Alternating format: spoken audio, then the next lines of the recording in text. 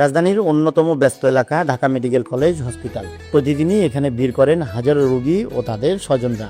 দীর্ঘদিন ধরে গেটের প্রবেশ মুখের ফুটপাতটি ছিল দখল, ময়লা আবর্জনা আর দুর্গন্ধে ভরা। তবে মাত্র একদিনেই বদলে গেল সেই চিত্র। এক ব্যতিক্রমী উদ্যোগে পরিষ্কার পরিচ্ছন্ন করে মানুষের ব্যবহারের উপযোগী করা হয়েছে পুরো ফুটপাত।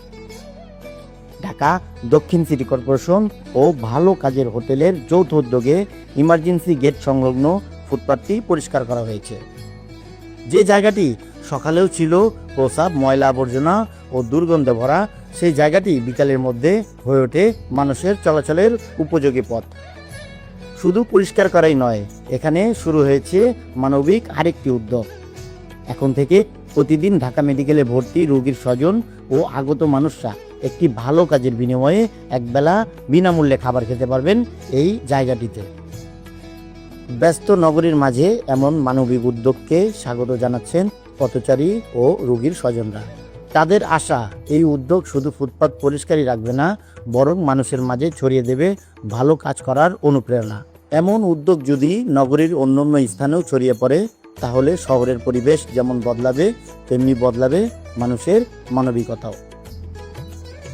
মনিরুজ্জামান মুনির, ইয়ত নিউজ, ঢাকা।